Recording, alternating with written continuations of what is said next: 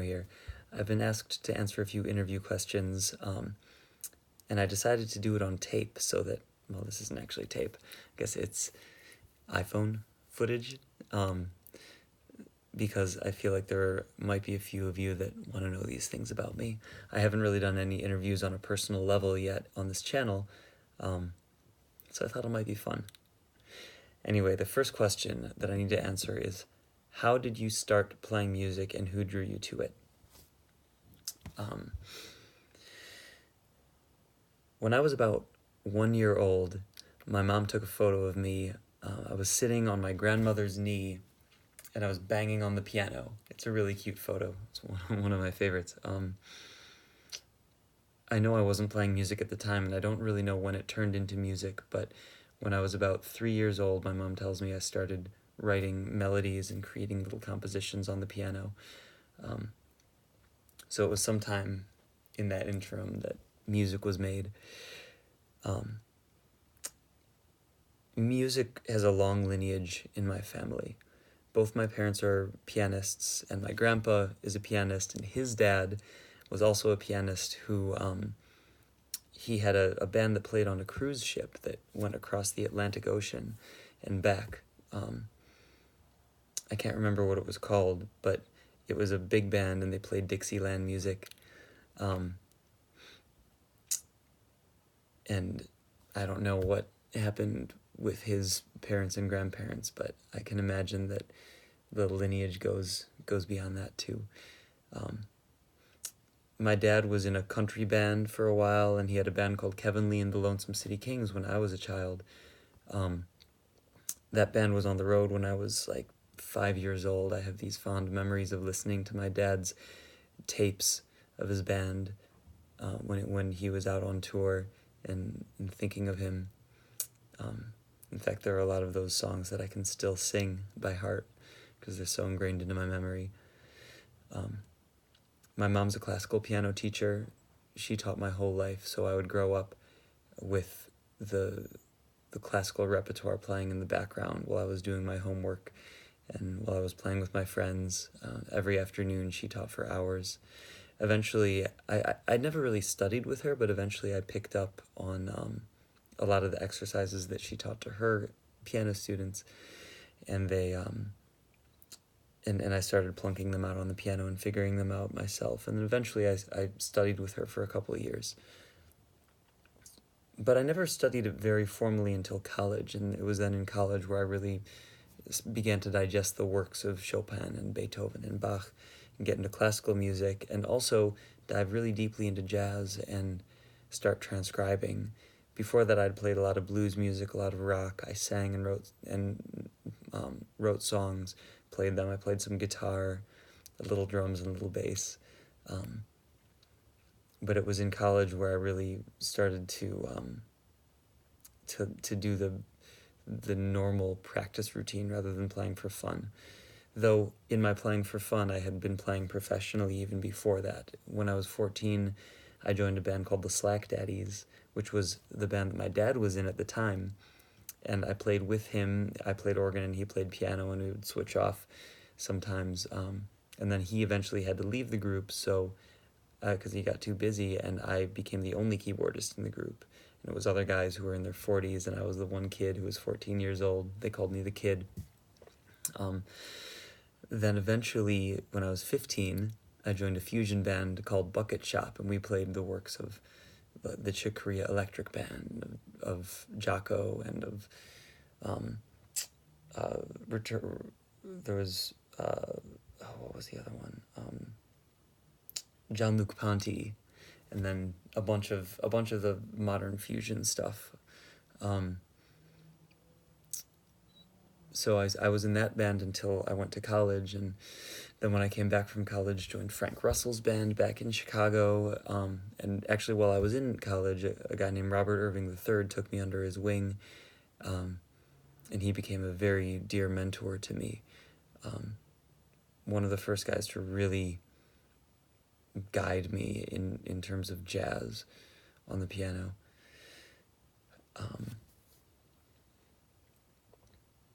One of the things that drew me to music was my high school band director. Well, he drew me to jazz. Before that, it was my parents who drew me to music, and it was all multi-genre. But then I really started getting into jazz more when I was in high school because the jazz band was the cool thing to do, which was kind of ironic. Um, his name was Dan Brame. He just retired last year. Let's see. Tell us about your education. I went to University of Illinois in Champaign-Urbana, and I did the equivalent of 3 majors: jazz piano performance, music composition, and graphic design, because I wasn't sure at the time that I was going to ever make a living off of music. I had a website development company that was doing well at the time because I also was into programming and had gotten into Flash animation and all the things that were like new at the time. I was coding in HTML before there were any graphic interfaces to do websites. So it was actually kind of funny. When I was in college, I also worked on some tech startups, but I majored in music, so I did music throughout the day, all day, and then at night I would work on programming for these tech startups, kind of the flip of what I think a lot of people did when they had a passion for music, where they would major in tech during the day and then play music at night.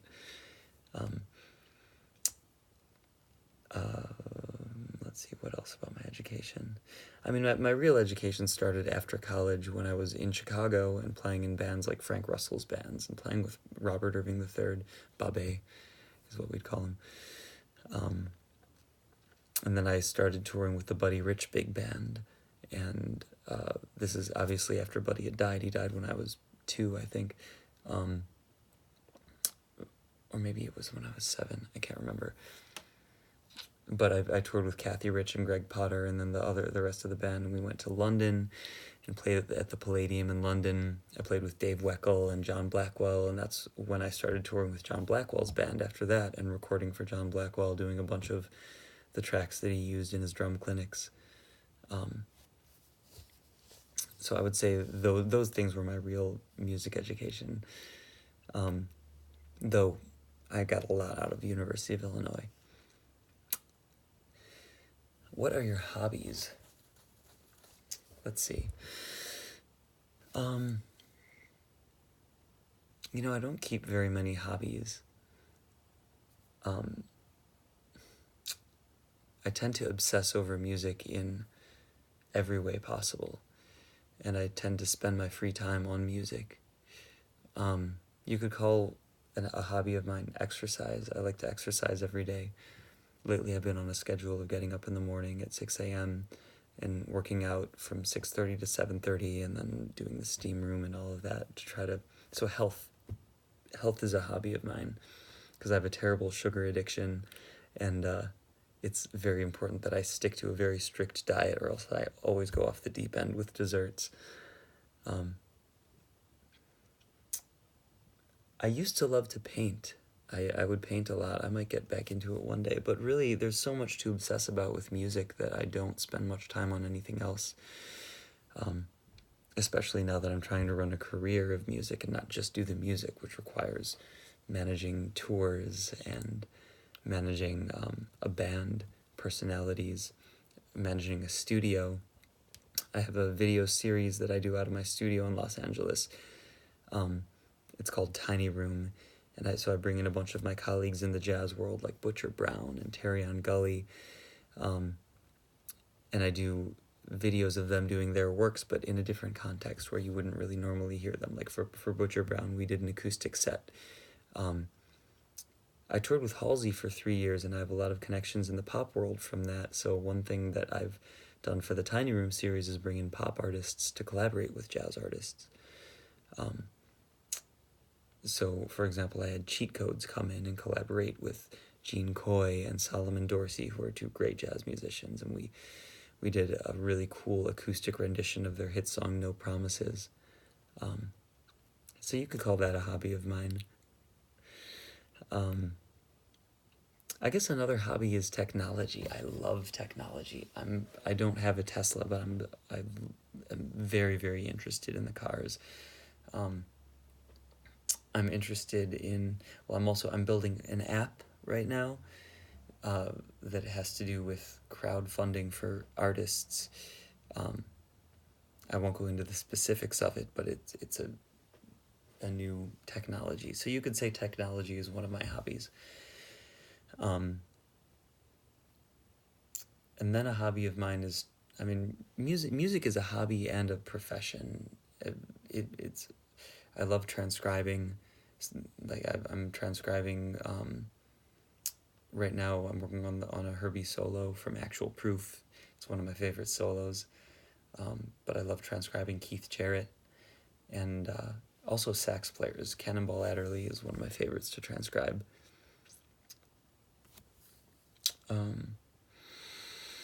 Tell us about your recent and significant travels.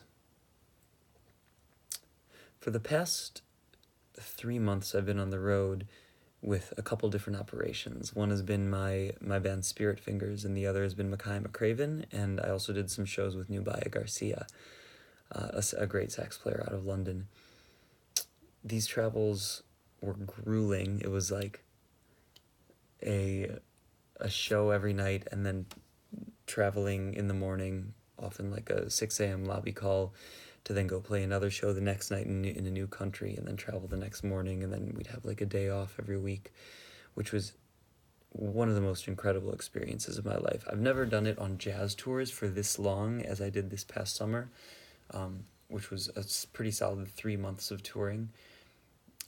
I did 3 years on the road with Halsey, but that was not as many shows back to back as with these jazz shows.